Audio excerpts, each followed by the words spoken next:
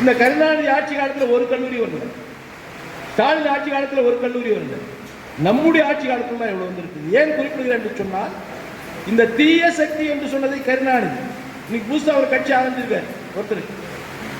அவர் மேடையில் என்ன பேசுறான்னு தெரியவில்லை, சண்டை பிடிக்கிற மாதிரியே பேசுறான். ஒரு மக்களை அவங்க கிட்ட தன்னுடைய எண்ணத்தை தெரிவிக்கிறதுக்கு சண்டையை பிடிக்க முடியும். இன்னைக்கு நீங்க கட்சியில் சேர்றீங்க, உங்களை அன்பா தானே வரவேற்கணும், பாசமா தானே வரவேற்கணும், உங்களை அன்பா தானே அரவணைக்கணும். உங்ககிட்ட சண்டை பிடிக்கிற மாதிரி பேசுனா என்ன இந்த ஆள் இப்படி பேசுறான் அப்படின்னு தான் நினைப்பீங்க.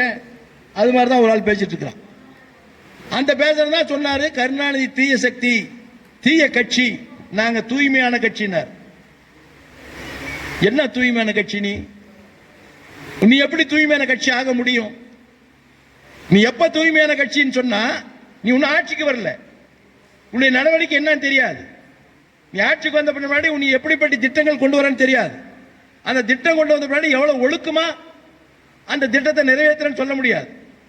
ரெண்டாவது, உன்னுடைய கட்சியிலேயே நீ ஆரம்பிக்கும் போது உன்னுடைய ரசிகரோடு ஆரம்பிச்ச, அந்த ரசிகரோடு ஆரம்பிச்சா ஒரு தனித்தன்மை உள்ள கட்சின்னு சொல்லலாம். இன்னைக்கு பல்வேறு கட்சியிலிருந்து உன்னோட வந்திருக்காங்க. அப்படி வந்தவங்க யார் தெரியுமா? சந்தர்ப்பவாதிகள்.